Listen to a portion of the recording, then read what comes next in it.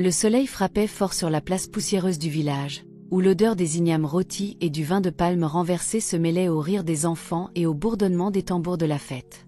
C'était la semaine de la nouvelle récolte, un temps de joie, de pagnes colorées, de bénédictions et de chansons. Mais pas pour Amina. Elle marchait pieds nus sur les pierres inégales, les plis de sa robe fanée flottant légèrement dans la brise chaude. Ses cheveux étaient soigneusement attachés, mais ses vêtements trahissaient une vie de privation, rapiécés plus de fois qu'on ne pouvait les compter. Un petit pot en argile était en équilibre sur sa tête, mais ses yeux restaient baissés, évitant les regards jugateurs auxquels elle s'était habituée. Le village n'avait pas de place pour des filles comme elle, des filles sans nom de famille, des filles qui ne portaient pas de perles, qui ne parlaient que lorsqu'on leur adressait la parole. En arrivant au bord du puits, un groupe de femmes vêtues de tissus éclatants et de bijoux bruyants interrompit leur commérage. L'une d'elles ricana, donnant un coup de coude à une autre. « Voici Madame Fantôme », dit-elle, toujours à essayer de puiser de l'eau comme si elle était d'ici. Amina gardait les yeux baissés. Elle savait qu'il valait mieux ne pas répondre. Mais alors, quelque chose d'étrange se produisit. Une femme à proximité, Hawkins tenant un bol en argent, recula soudainement avec un hoquet. Ses yeux étaient fixés sur quelque chose. Quelque chose sur Amina. « Ce collier », siffla-t-elle en pointant du doigt. « Où as-tu trouvé ce collier ?» Tout le monde se tourna. Amina, instinctivement, serra le petit pendentif qui pendait juste sous sa clavicule. Il était magnifique, ovale, en or, avec une pierre bleue incrustée qui brillait doucement au soleil. Mais il avait toujours été à elle. Elle l'avait trouvé caché il y a des années, et le portait discrètement depuis. Maintenant, les regards étaient plus perçants qu'auparavant, curieux, avides, méfiants. Amina recula lentement et s'engagea sur le sentier menant à la lisière de la forêt où se trouvait sa hutte, le cœur battant. Elle ne savait pas pourquoi cette femme avait réagi ainsi. Elle savait seulement que cela signifiait des ennuis. Ce qu'elle ignorait, c'est que quelqu'un d'autre l'avait vue aussi. De l'autre côté de la place, adossé à un palmier usé, un homme grand vêtu d'une simple robe brune restait figé. Il avait l'air d'un voyageur, avec des bottes couvertes de poussière, un sac en bandoulière et une canne dans une main. Mais sa posture, son intensité discrète, en révélait davantage. Ce n'était pas un homme ordinaire. C'était le prince Zubri, récemment revenu des côtes lointaines du royaume de Barani, voyageant incognito pour découvrir son pays par lui-même. Et il venait de voir quelque chose qu'il n'aurait jamais cru revoir. Le collier. C'était exactement celui qu'il avait autrefois attaché autour du cou d'une fille nommée Nia, sa meilleure amie, la seule personne qui ait jamais fait du palais un foyer. Jusqu'à l'incendie, jusqu'aux cris dans la nuit, jusqu'à ce qu'elle disparaisse. On lui avait dit qu'elle avait péri avec sa mère dans les flammes. Mais ce collier, il n'en existait que 2 dans tout le royaume. L'un était enterré avec son grand-père. L'autre, il fixait la fille en haillons qui disparaissait parmi les arbres. Était-ce vraiment elle? Ou était-ce une cruelle ruse du destin? Quoi qu'il en soit, il allait le découvrir. Il y a des années, avant que le poids des couronnes et des coutumes ne pèse sur ses épaules, le prince Zubri n'était qu'un garçon curieux qui détestait le silence froid du marbre du palais. Il trouvait du réconfort, non dans les parchemins ou les sceptres, mais dans le rire d'une fille qui n'était pas censée compter. Elle s'appelait Nia, fille d'une guérisseuse du palais. Elle n'était pas autorisée à s'approcher des salles à manger dorées ou des fenêtres drapées de soie. Mais cela ne l'arrêtait jamais. Elle escaladait les murs des jardins, courait pieds nus dans le verger royal et osait parler au prince comme s'il n'était qu'un garçon, et non l'héritier d'un royaume. Zubri l'adorait pour cela. Elle lui apprenait à grimper aux arbres. Il lui apprenait à lire des parchemins anciens à la lueur des bougies quand personne ne regardait. Ils avaient gravé leur nom sur un figuier près de la tour sud, à l'abri des gardes. La seule chose plus secrète que leur amitié était le cadeau qu'il lui avait offert la veille de son 12e anniversaire. Un collier en or avec une pierre bleue qui scintillait comme le clair de lune. Le pendentif de son grand-père. « Si jamais nous sommes séparés l'un de l'autre, » murmura-t-il en le plaçant doucement autour de son cou, « ceci nous aidera à nous retrouver. » Elle avait souri, intrépide. « Tu ne me perdras pas. » Mais le destin en avait décidé autrement. L'incendie survint sans avertissement. La fumée s'échappait des quartiers des serviteurs à minuit. Les gardes criaient. Les cloches du palais sonnaient. Zubri courait à travers le chaos, hurlant le nom de Nia. Tout ce qu'il trouva fut les restes calcinés des quartiers de sa mère. Aucun signe d'elle. Aucune réponse, juste des cendres. La reine, bouleversée, serrait son fils contre elle. Elle est partie, mon fils. Elle et sa mère étaient à l'intérieur. Le roi fut moins indulgent. Tu ne parleras plus d'elle, compris? Un prince ne pleure pas une servante. Zubri n'oublia jamais. Il garda son souvenir enfermé derrière ses yeux, une blessure drapée de silence. Les années passèrent. Il grandit, devint plus fort. Sa voix s'approfondit. Son esprit s'aiguisa. Mais rien ne guérit le vide laissé par son absence. Jusqu'à maintenant. À présent, dans un village à des kilomètres de la capitale, déguisé en voyageur, il avait revu son pendentif. Ce n'était pas une réplique. C'était le pendentif. Il avait passé des années à chercher une trace d'elle en secret, à travers les registres du palais, des enquêtes discrètes. Rien. Cela lui avait toujours semblé comme essayer de se souvenir de la forme d'une flamme éteinte depuis longtemps. Mais cette fille, elle avait le feu de Nia dans les yeux, enfoui profondément, mais toujours brûlant. Pourtant, Zubri ne pouvait se permettre d'agir précipitamment. S'il se révélait maintenant, si elle n'était pas Nia, mais simplement quelqu'un qui avait trouvé le collier, tout pourrait s'effondrer. La reine pourrait à nouveau le rejeter. Les anciens pourraient accuser la fille de vol. Le royaume, encore ancré dans ses vieilles règles, ne comprendrait jamais. Il devait être sûr. Il avait besoin de réponses. Qui était-elle? D'où venait-elle? Et comment, dans tous les coins du monde, ce pendentif s'était-il retrouvé autour de son cou?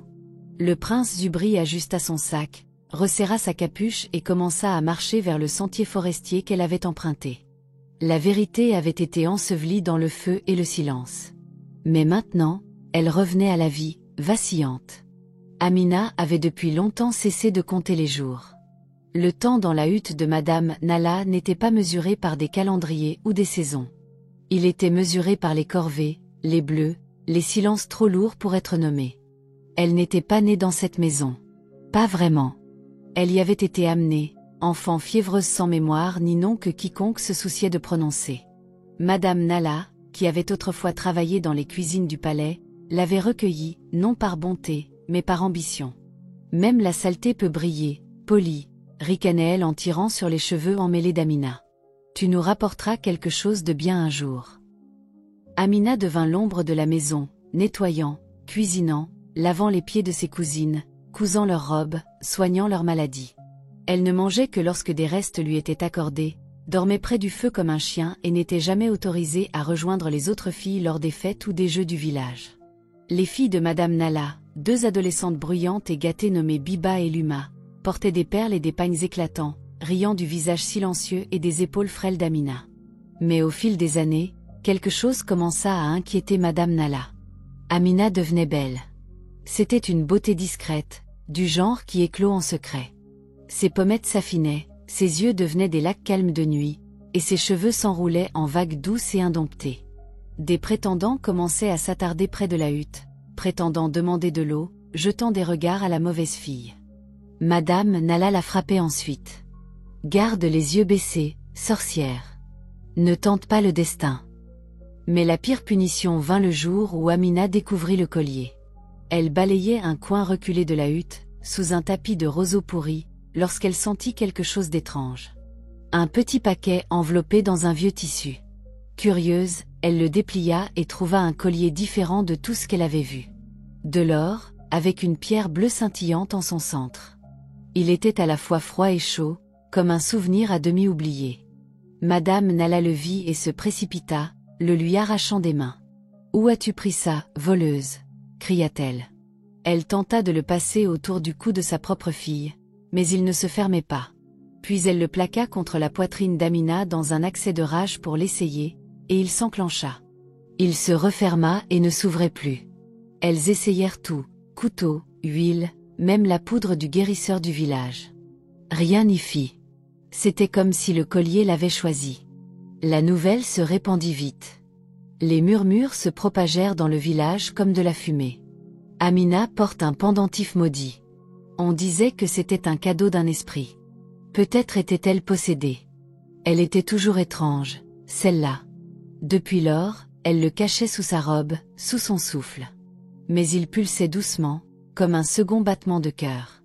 La plupart des jours, elle oubliait presque qu'il était là. Mais ce matin-là, en se hâtant de remplir le pot d'eau, elle avait oublié de le couvrir. Le soleil avait accroché son bord doré, et maintenant, le monde l'avait vu. Maintenant, elle le sentait. Quelque chose changeait dans l'air. Le village l'avait regardé comme jamais auparavant. Il y avait de la peur dans leur rire, de la reconnaissance dans leur mépris.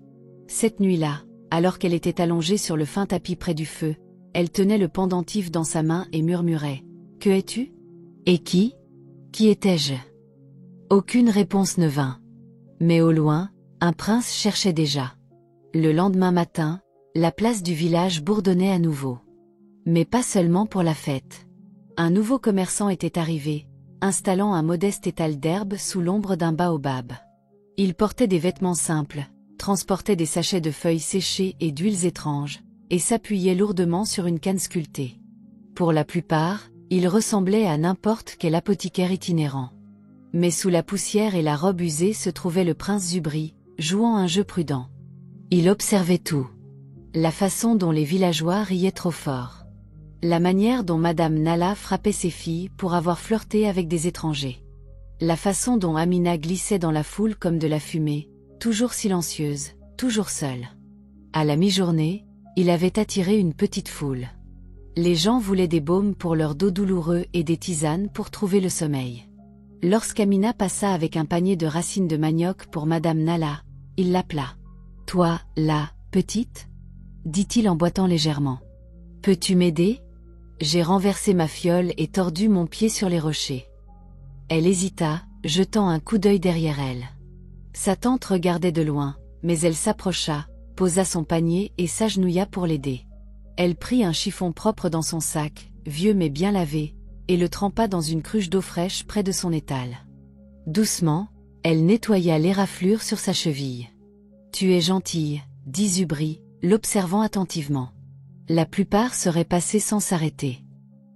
Amina haussa les épaules. La gentillesse n'a pas besoin d'or pour croître. Il hocha la tête, puis s'éclaircit la gorge. « Je cherche quelque chose. Un collier. En or, avec une pierre bleue. On me l'a volé il y a longtemps. J'ai entendu qu'une fille de ce village en porte un tout pareil. » Les mains d'Amina se figèrent une fraction de seconde. Ses doigts serrèrent le chiffon. Puis, lentement, elle s'assit sur ses talons. « Je porte ce collier depuis aussi longtemps que je me souvienne, » dit-elle doucement. « Mais je ne l'ai pas volé. Je l'ai trouvé. Caché, oublié. » Zubri garda une voix égale. « Donc, tu ne sais pas d'où il vient. » Elle secoua la tête. « Parfois, quand je le touche, je ressens des choses. Des flashs, des rêves que je ne peux pas expliquer. Une voix de femme, un rire de garçon, du feu, mais tout s'efface avant que je puisse le retenir. » Il observa ses yeux. Il n'y avait ni tromperie ni peur d'être découverte. Seulement de la confusion et de la douleur. « Et pourtant, tu le portes encore, » dit-il. « Il ne s'enlève pas, » répondit-elle. « J'ai essayé. Ma tante a essayé. Tout le monde a essayé. C'est comme s'il m'avait choisi. » Puis elle leva les yeux, et leurs regards se croisèrent pleinement pour la première fois. Des yeux sombres, familiers. « Le collier, » dit-elle doucement, « je ne sais pas à qui il appartenait, mais j'ai l'impression qu'il se souvient de moi. » Un frisson glacé parcourut les veines de Zubri. Il détourna le regard pour se ressaisir. Ce n'était pas une voleuse. Ce n'était pas une coïncidence. C'était elle, ou une partie d'elle perdue dans la fumée et le silence. Mais quelque chose avait scellé la vérité. Et maintenant, il ne cherchait plus seulement des réponses. Il allait se battre pour ramener sa mémoire. Au crépuscule, les murmures étaient plus forts que les tambours. Le prince est ici. Il est déguisé. On dit qu'il est venu chercher quelque chose ou quelqu'un. Madame Nalla était assise près du feu, grinçant des dents. Ses yeux se tournaient vers la pièce du fond où Amina dormait sur un tapis de paille, recroquevillée sous un fin tissu. Ce collier, cette maudite chose dorée, avait de nouveau attiré l'attention. La même attention qu'elle avait enfouie il y a des années. Madame Nalla avait autrefois travaillé dans les cuisines du palais. Elle savait ce qu'était ce pendentif. Seuls les membres de la lignée royale portaient une telle pièce, un talisman forgé par les anciens devins, donné aux héritiers et aux compagnons liés par l'âme. Le jour où elle l'avait trouvé dans les doigts d'un bambin après l'incendie des quartiers des serviteurs, elle avait compris ce que cela signifiait. Elle aurait dû laisser l'enfant mourir. Mais la cupidité l'avait rendue folle. Elle pensait pouvoir élever la fille, vendre le pendentif et gagner les faveurs de la cour. Mais le collier refusait de quitter le cou de l'enfant, comme s'il l'avait choisi. Maintenant, après toutes ces années, le prince était de retour, et il avait vu la fille. Madame Nala ne pouvait permettre à la vérité d'émerger, alors elle choisit une autre voie, la destruction. Cette nuit-là, elle secoua ses filles, Biba et Luma, pour les réveiller. « Vous voulez des maris riches, des bijoux, des lits moelleux » siffla-t-elle. « Alors, écoutez bien. À l'aube, nous irons voir les anciens. Nous leur dirons qu'elle a volé au palais. Un pendentif royal. Si le prince la voit comme une voleuse, il ne posera jamais de questions. Il nous favorisera, peut-être même vous choisira. » Biba hésita. Et s'il découvre la vérité? Il ne la découvrira pas, trancha Madame Nala. La vérité ne brûle que si on la laisse au soleil. Juste avant l'aube, 3 gardes arrivèrent à leur hutte, armés d'ordres du chef du village. Amina, fille d'aucune maison connue, aboya le chef. « Tu es accusée d'avoir volé une propriété royale. » Amina se réveilla en sursaut, confuse et tremblante. « Quoi? Je n'ai rien volé. » Ils la tirèrent sur ses pieds. « Tu parleras devant le prince. Qu'il décide. » Les villageois s'étaient rassemblés dehors, vêtus de vêtements de fête, mais avides de scandale. Ils acclamaient alors que les gardes la traînaient à travers la place. « Quelle fille! Elle a ensorcelé un prince. Les voleurs ne méritent pas de pitié. » Madame Nala suivait, avec de fausses larmes et une voix tremblante. « Nous l'avons recueillie des terres sauvages, » disait-elle à qui voulait l'entendre. « Nous l'avons nourrie, vêtue, et voilà comment elle nous remercie. » Le prince Zubri se tenait tranquillement près de l'arbre où se trouvait son étal d'herbe. Il ne prétendait plus. Il portait une simple écharpe bleue, une marque royale discrète. La foule se tut lorsqu'il leva la main. « J'entendrai moi-même l'accusation, » dit-il. Les gardes s'inclinèrent. « Votre Altesse, la fille a été trouvée avec un objet correspondant à la description d'un pendentif royal. Il est enchanté. Nous pensons qu'il a été volé. » Le visage de Zubri resta impassible. « Et qui l'a accusé ?» Madame Nala s'avança, les yeux brillants d'une fausse humilité. « C'est moi, mon prince. Je ne voulais que protéger l'honneur de votre famille. » Elle baissa la voix. « C'est une menteuse.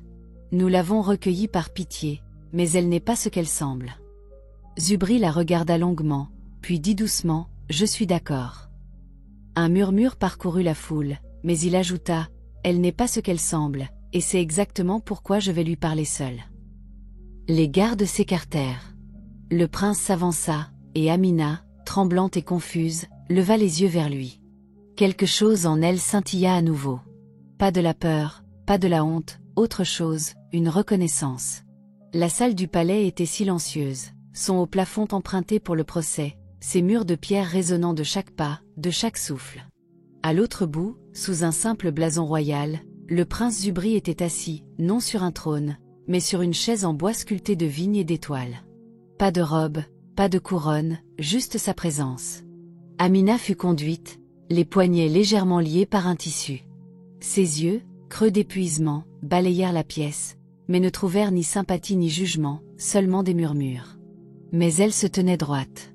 Même pieds nus, même dans des vêtements en lambeaux, elle se tenait droite.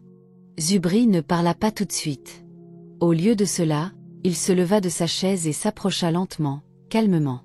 Puis, sans un mot, il plongea la main dans sa tunique et en sortit quelque chose de petit, une chaîne légèrement ternie par le temps. Dessus pendait un pendentif doré, identique en forme et en taille à celui autour du cou d'Amina. La salle retint son souffle à l'unisson. Il le tint près du sien. Et comme attirés par le destin, par la mémoire, par quelque chose au-delà de ce monde, les 2 pendentifs s'enclenchèrent. Une force magnétique les scella parfaitement. L'or scintilla. Les pierres bleues pulsèrent une fois d'une lumière douce. Amina vacilla. Ses yeux s'écarquillèrent. Puis tout revint en un éclair. La voix de sa mère chantant des berceuses dans un jardin d'herbes médicinales. Une balle rouge roulant sur un sol de marbre. Le son d'un rire, le sien et celui d'un garçon, sous le figuier derrière le palais. Puis les cris de l'incendie, la fumée étouffant le ciel. Des mains l'attirant. Les mains de Madame Nalla. Non, s'il vous plaît. Maman. Maman. Courir. Se cacher. Des noms effacés, un collier enfoui, une enfance volée. Ses genoux fléchirent. Elle se rattrapa juste à temps. Les larmes emplirent ses yeux, débordant avant qu'elle ne puisse les arrêter. Mon nom est Nia, n'est-ce pas? Murmura-t-elle, brisée et essoufflée. Zubri s'avança, sa voix à peine audible. Oui, tu es Nia. Un hoquet parcourut la salle. Même les gardes, entraînés à rester impassibles, vacillèrent. Zubri se tourna pour faire face aux villageois et officiels rassemblés. Elle n'est pas une voleuse, déclara-t-il. Elle est la fille de la guérisseuse royale. Elle est ma compagne d'enfance, et elle a été prise, cachée par les mêmes personnes qui prétendaient la protéger. Avant que quiconque ne puisse répondre, les lourdes doubles portes grincèrent, et la reine entra. Elle ne portait pas de couronne, mais son silence imposait le respect. Son regard balaya la salle, se posant sur Amina, sur Nia, avec une expression qui n'était pas de la surprise, mais de la confirmation. « J'ai toujours senti, » dit la reine doucement en s'approchant d'eux, « que le feu ne t'avait pas emporté. Que la vérité attendait simplement. » Amina la fixa, les lèvres tremblantes. « Vous me connaissiez. »« Je connaissais ta mère, » dit la reine. « Elle m'a sauvé la vie quand j'ai donné naissance à Zubri. Et toi, enfant, tu es né sous des étoiles que nous avons nommées pour la paix. » Elle toucha le pendentif désormais unifié autour du cou d'Amina. « J'ai nommé celui-ci pour toi, » dit-elle. « Et il t'a ramené à la maison. » Amina s'effondra dans les bras de la reine, sanglotant. Le prince recula, laissant ce moment être le sien. Car à cet instant, un nom était rendu. Un passé retrouvé, un mensonge trop longtemps gardé éclatait devant tous. La salle résonnait encore de hoquets et de murmures lorsque la reine s'avança, tenant Amina, non, Nia, dans ses bras comme une chose perdue et enfin retrouvée. Elle ne pleurait pas, mais sa prise était ferme, révérente, comme si elle craignait que Nia ne disparaisse à nouveau si elle la lâchait trop vite. Puis la reine se tourna vers la foule, sa voix tranchant le silence comme une lumière matinale. Que la vérité soit enfin dite. Elle regarda Nia avec douceur, mais son regard s'aiguisa en balayant la salle. Son nom est Nia. Sa mère, Keza, était ma guérisseuse, ma confidente, ma plus chère amie. Le jour même où Zubri est né, c'est Keza qui l'a placée dans mes bras. Mais les couloirs du palais ne sont pas seulement remplis d'or et de rire. Ils résonnent d'envie, de murmures, de poison. Elle jeta un œil au pendentif. Keza a été bannie sous de fausses accusations portées par des rivaux jaloux qui craignaient son influence. J'étais trop faible pour l'arrêter. Et avant que je puisse la rappeler, la voix de la reine trembla, juste une fois, le feu est venu. Une voix aiguë s'éleva du fond de la salle. Mensonge. Tous les regards se tournèrent. Madame Nalla s'était avancée, le visage tordu par un masque de désespoir et de fureur. Cette fille est une imposture. Elle n'était rien quand je l'ai trouvée. Affamée, maudite. Mais la reine ne broncha pas. Tu oublies, Nalla, dit-elle froidement. Je me souviens de ton visage. Tu servais dans les quartiers inférieurs. Tu as été renvoyée pour avoir amassé de l'argent et répandu des ragots. Zubri leva la main. Un parchemin fut apporté, vieux, scellé à la cire. Après l'incendie, dit-il, nous avons mené une enquête. Elle fut bâclée, commodément close. Mais je l'ai rouverte, et le témoignage de 2 anciens gardes pointe directement sur toi, Madame Nalla. On t'a vu près de la hutte de stockage cette nuit-là, portant de l'huile. Un frisson d'horreur parcourut la salle. Les filles de Madame Nalla, Biba et Luma, reculèrent, le visage pâle. « Maman, » murmura l'une d'elles, « tu nous as dit que le feu était un accident. »« Tu voulais des faveurs, » tonna la reine. « Tu voulais que mon ami soit chassé du palais pour que tes filles prennent sa place. » Tu ne lui as pas seulement volé, tu as volé la vie d'une enfant. Nala cria et se précipita, mais les gardes furent plus rapides. Ils la saisirent, ainsi que ses filles, qui pleuraient désormais ouvertement. La foule, qui avait autrefois acclamé Nala, se tenait silencieuse, stupéfaite par l'ampleur de sa trahison. Et alors, au milieu de tout cela, le prince Zubri s'avança. Lentement, fièrement, il s'approcha de Nia et s'agenouilla devant elle, non comme un royal, mais comme quelqu'un qui avait attendu trop longtemps. « Tu as porté le silence comme une armure, » dit-il. « Tu as enduré la cruauté avec grâce. Tu étais royal de cœur bien avant que quiconque ne voie ta couronne. » Il s'inclina profondément. Nia le fixa, les larmes striant son visage. Elle tendit la main, le relevant. « J'ai seulement survécu, » murmura-t-elle, « parce que quelque chose en moi refusait d'oublier le son de ton rire. » La reine s'avança à leur côté. Elle caressa la joue de Nia, souriant à travers la douleur des années perdues. « Bienvenue à la maison, mon enfant. » Et à cet instant, le feu du passé fut enfin éteint par la vérité. Le royaume n'avait pas connu une telle joie depuis des décennies. Des bannières colorées dansaient de balcon en balcon.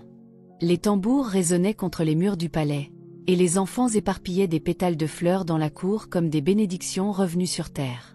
Une fête fut organisée, non seulement pour la tradition, mais en l'honneur d'une fille dont la vérité avait brisé des années de silence et de honte. Nia se tenait au centre de tout cela, ses cheveux tressés de rubans bleus, sa peau rayonnante sous le soleil de l'après-midi.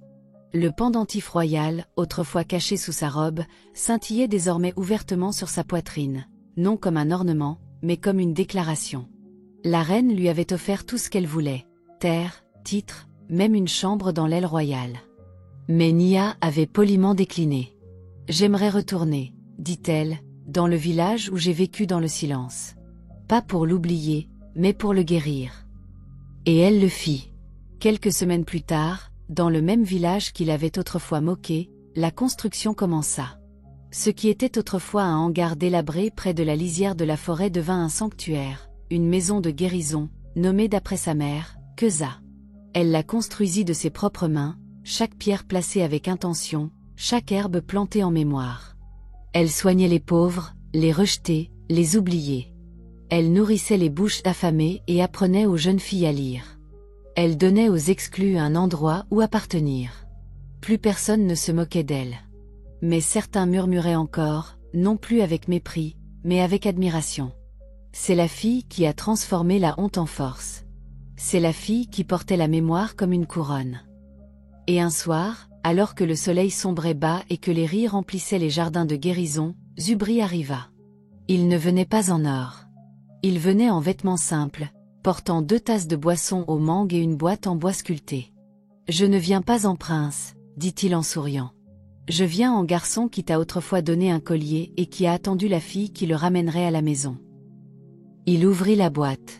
À l'intérieur se trouvait une bague simple, sans bijoux, juste une gravure, trouvée, non perdue. Les mains de Nia tremblèrent en la prenant. Elle ne répondit pas avec des mots. Elle hocha seulement la tête, les yeux brillants.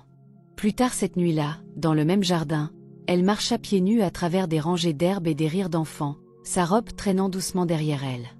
La musique jouait, flûte, tambour, le claquement des pieds dansants. Les femmes qui autrefois l'ignoraient s'inclinaient désormais. Les hommes qui autrefois l'acclamaient s'écartaient avec respect. Et autour de son cou, toujours scintillant doucement au clair de lune, était le même pendentif, le même or. Mais maintenant, il n'était plus pris pour un trésor volé.